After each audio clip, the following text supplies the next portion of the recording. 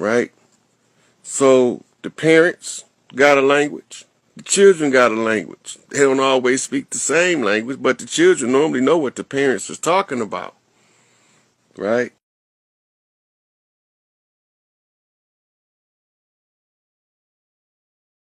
Not reload the but just reload YouTube because it just popped up just now, probably. Yep.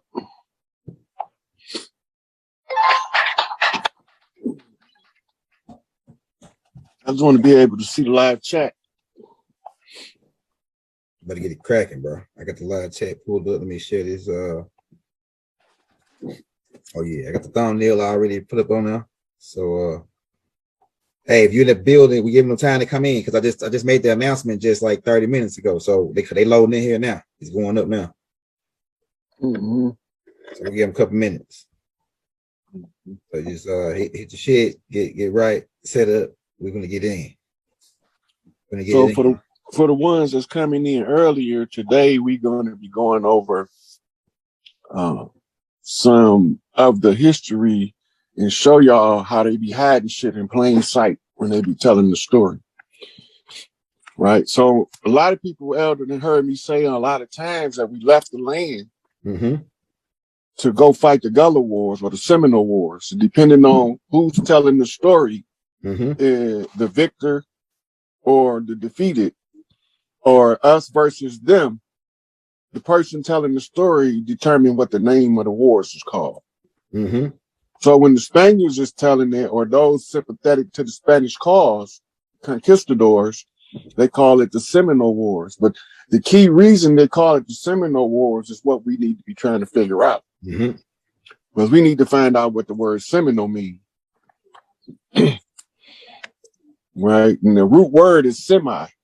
Oh yeah, that's fire. Go ahead. Semi means part or half or almost. Okay. It's a portion of something. The Spaniards claim they called us Seminoles because we were an admixture of tribes. We weren't an original tribe. We was tribes conglomerate of tribes. Now they was telling the world in the Seminole Wars, the black Seminoles was runaway slaves that ran away to Florida. Now, before we go any further with that concept, anybody ever heard in anybody's history book that the slaves fled south to escape slavery? I heard it. Where'd they go? I mean, that's not south. They said north. I mean, they said they escaped north. Yeah, to escape slavery, right? Yeah. Okay, is Florida north? No. Or south? South. So all of a sudden now they escaped into the south, and this is where the hotbed of activity is, primarily in the southeastern portion of the country. Right? So do we got a map in that collection? Let's see. Right here, I think it's the map.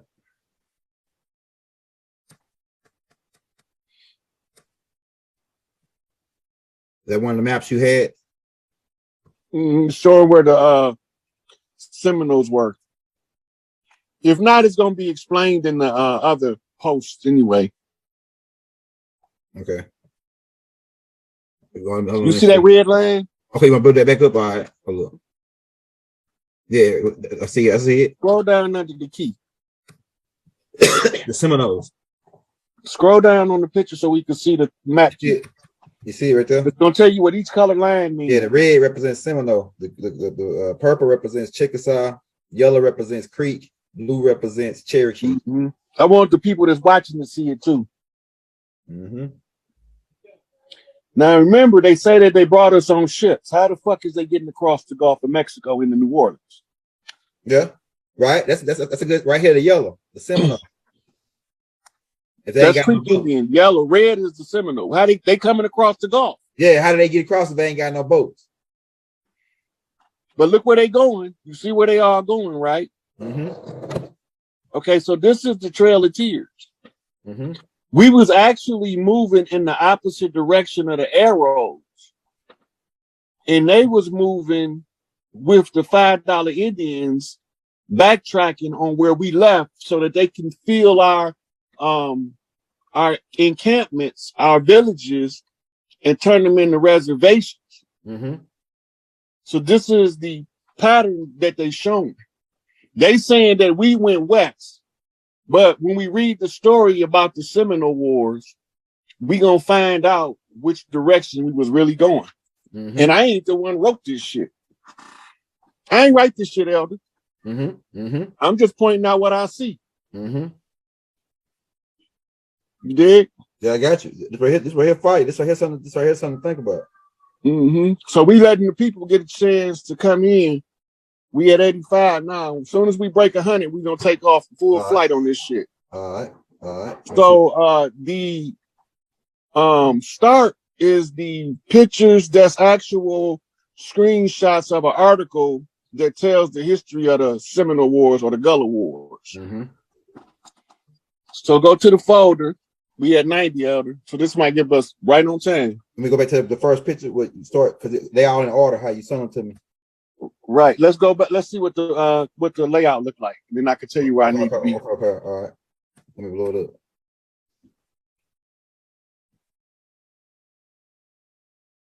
This might be a side down. Right here, same picture. I don't need one picture of it. Okay, the reason why this picture is in here, you see the red circle right there? Where? The picture you was just on. Go back to it. Okay, right here? Yeah, we just gonna go through the pictures. All right. Because they just in here for reference points. Yeah, right there. The second one. Go to the second picture at the top. Okay. Because you already had the first one was Taj. Right? Then the second one you had it up, but you took it down. No, not that. Go back over to the left 2 pictures. I got it.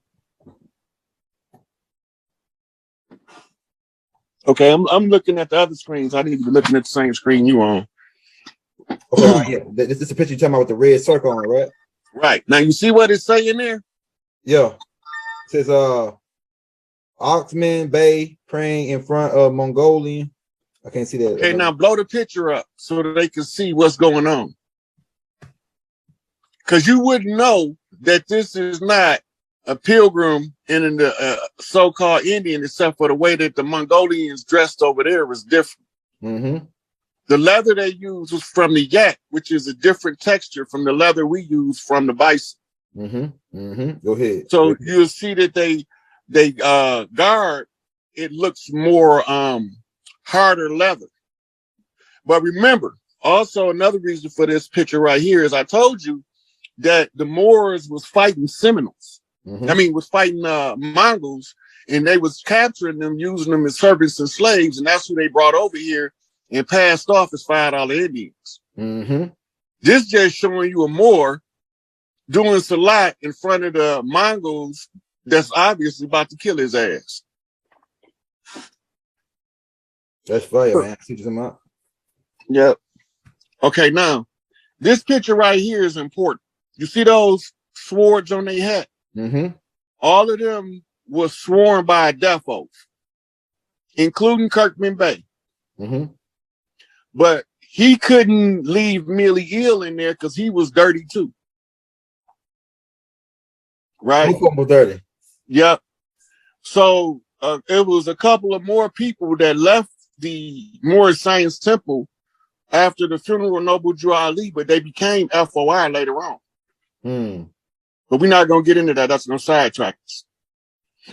But the reason we got this picture is so you can see these motherfuckers is sworn to secrecy. That's Gerald Ford at the top right. C. Kirkman Bay top center.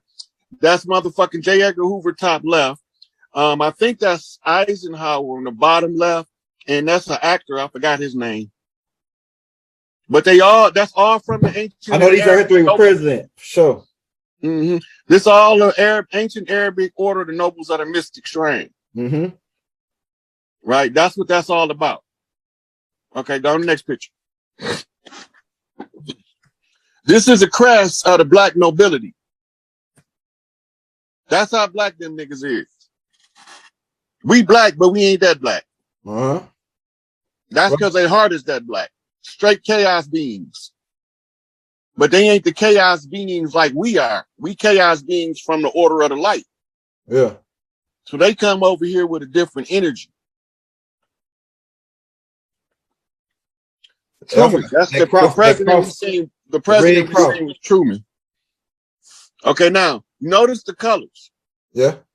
Colors is always important. All right, let's go on to the next one.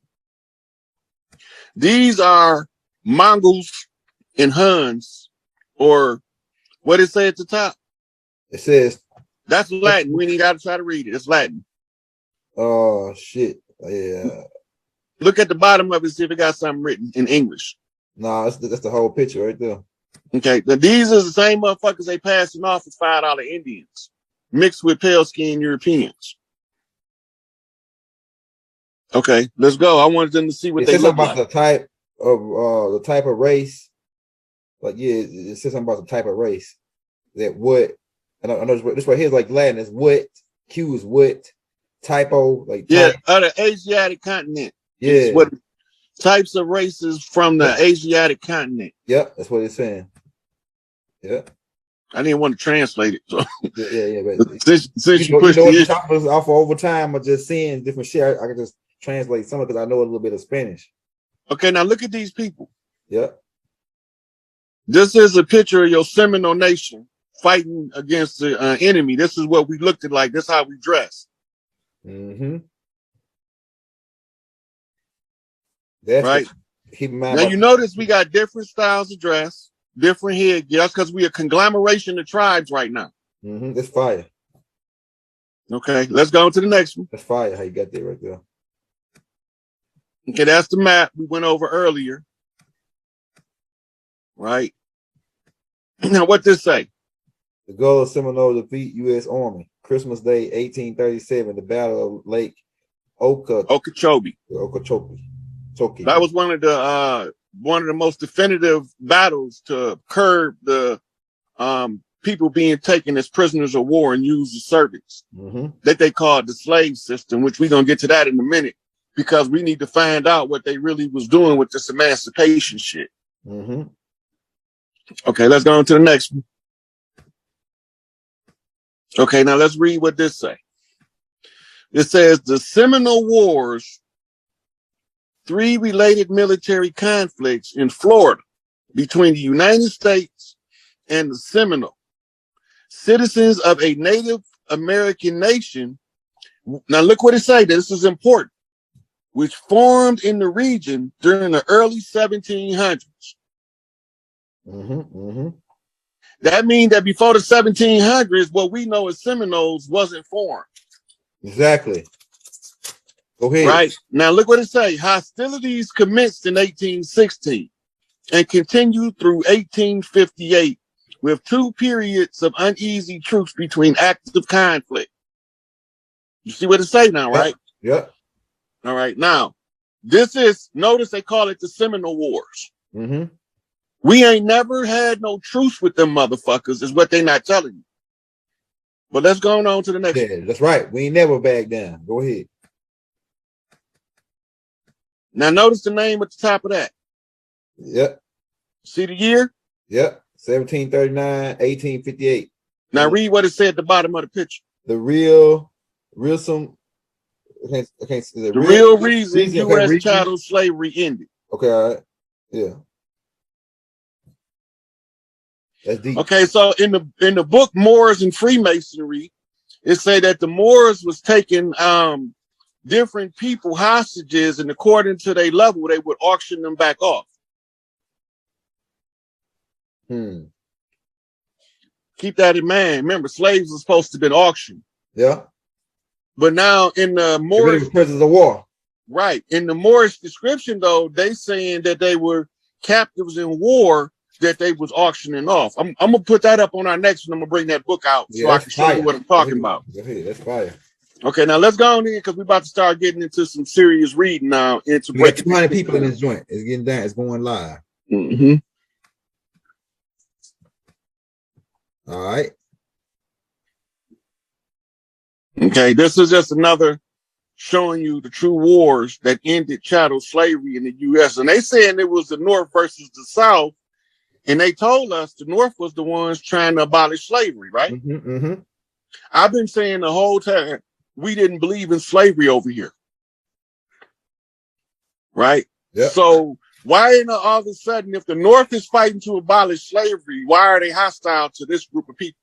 Right. It ain't making no sense, is it? Nope. Okay. Let's see what the next picture is. I might have you go to the Google for a minute, but I need to see the next picture first so I know where we at in the spread. That's important. See what it say under there? Yamasi. Indelicate wars. The unconquered. You see it say unconquered, right? Yeah, unconquered. Who in the fuck is the Yamasi? Right. Yeah, I know who they is, but like I say, do he look like he came from motherfucking Asia? Nah, he look like he came from West Africa with the Malayan Moors, the Mandingos, Mansa Musa now. Or he look more like he came from one of these tribes over here. Or he came from the Yamasis, who mixed in with the Washita, who became the Malayan Moors. They came over here and they dressed like that dude just dressed. Mm-hmm. Mm-hmm. Okay, let's go to the next picture. Right, because before I start reading what I want to get into, this showing you a picture of actual people that's called Seminoles. Mm-hmm. We need to know what the people look like that we talking about while we talking about them, so we can have the right image in our mind while we talk about these people. Yeah, that's right. That's good. All right, so this is what they look like. I might be a couple more before we get to the article, but keep going. All right. Okay, this is the article. Now stop right here. Go to Google.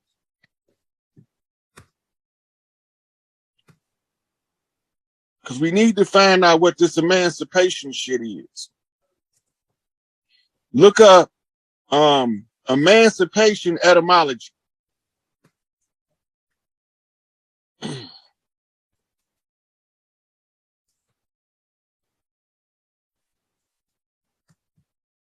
Oh shit. Okay, I didn't even type it.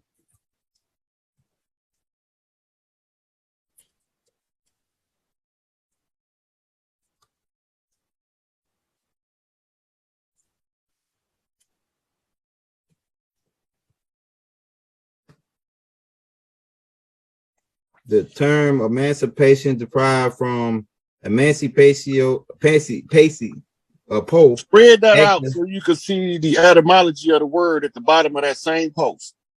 Okay, let me blow it up. Because you're gonna find out that it means to transfer property.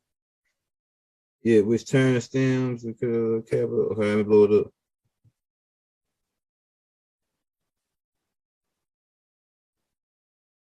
Agility means a free person for previous restraints of legal disability. That's not giving you the etymology of the word, though. Go Let back. me go back. Okay, I go back. All right, this might be it right here. Setting free. Set free from control.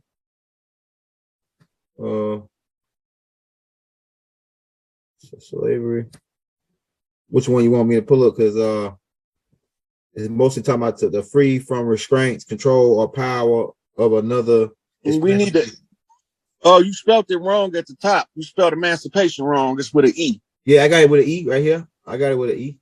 At the top in the search bar? No, not at the search bar, but I got it with no, when you go to the search bar, put it in there right, it's gonna pull up the etymology of the word. Yeah, see, I got it right here. I got the E on there now. It's the same thing. Right, but it's not giving you what we're looking for. You got to write it right in the search box to get the part we're looking for. Yeah, I got it written in the search bar. Okay, right now let's go back to the top. I think you might be delayed. Your stream might be delayed on what you're watching because I got the. Okay, look. Okay. The etymology, the term emancipation derives from emancipatio, the act of liberating a child from paternal authority, which in turn stems from manu capere, or capture from someone else's hands. It's a transfer of property in truth. Right? Yep. It's because that's what it's saying right there, where it's saying liberating the child from the paternal authority, which in turn stems from manu capire, capture from someone else's hands.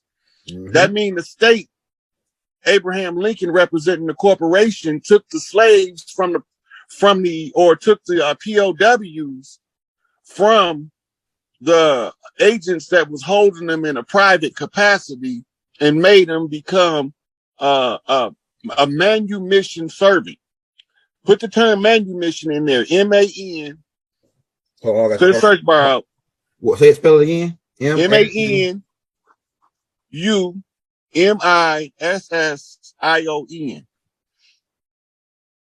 This is a trustee status of a servant. And another word for that is subjects, right? Subjects. No. Just pull it up.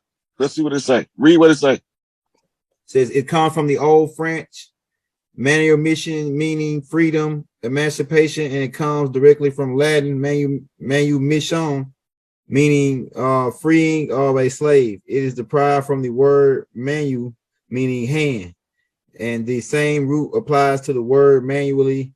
And mirrors means let's go. Okay, now the reason why I have you looking this word up is some legal doctrine called meritorious manumission.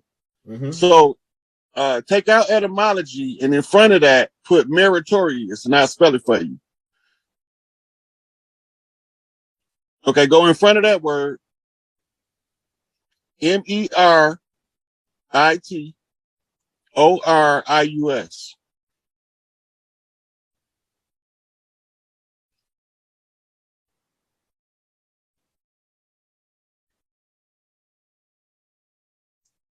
Can you read what it say? I can't see it on the unless I wait for it to come in on the other one.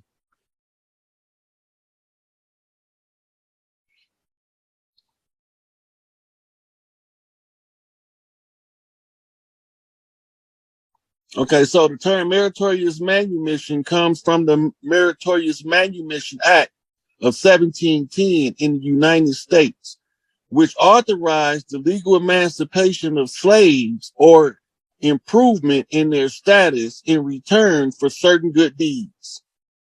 Such deeds could include saving a so-called white person's life or saving a white person's property.